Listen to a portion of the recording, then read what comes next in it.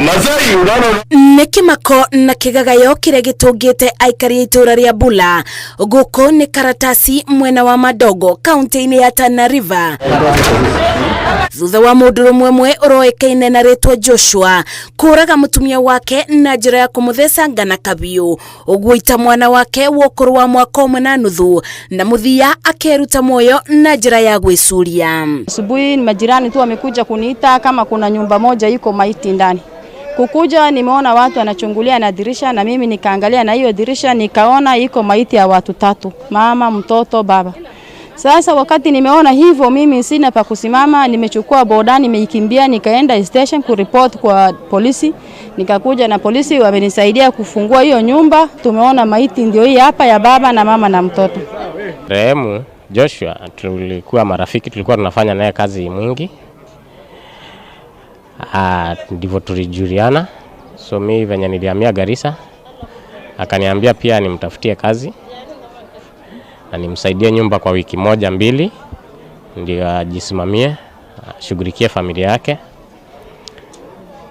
Sasa venye tulienda kazi jioni, kukuja asubuhi tumepata yeye amejimaliza, ameua bibi na ameua mtoto. Kũringana na arĩa maramũĩ mugĩte otiga meciria makwaga wĩra gũtirĩ na ũndũ ũngĩ mangĩrecirĩirie ĩndĩ thutha wa gĩko gĩkĩ kuonekete ta kũrarĩ na mbara cia kĩmũciĩ.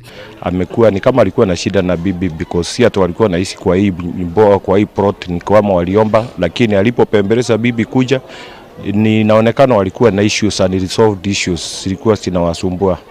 Sasa sijui alikosa mtu anaweza ongea naye ama alikosa namna ya bandara ya kusuruhisha shida zao because naona bwana ameua mtoto, amenyonga na nywele ya mama yake, amenyonga mamake na amedunga na visu, yeye mwenyewe akajiweka kamba.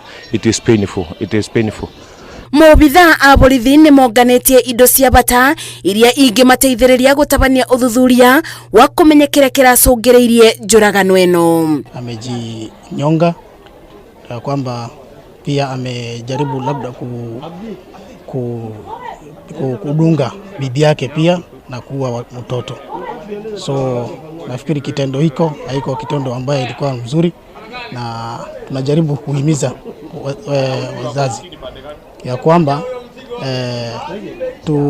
changamoto ya maisha iko, tusijaribu kuchukua hatua ya kisheria kwa mkono. Nĩgĩko kĩrĩa gĩkomithĩtio mũingĩ ũkĩũrio kwĩthema na maũndũ mangĩ matwarĩrĩra gũtabania ũndũ ta ũyũ wa magigi. Changamoto ndani ya manyumba ama katika taifa ni nyingi, lakini kuwe kuna njia mbadala.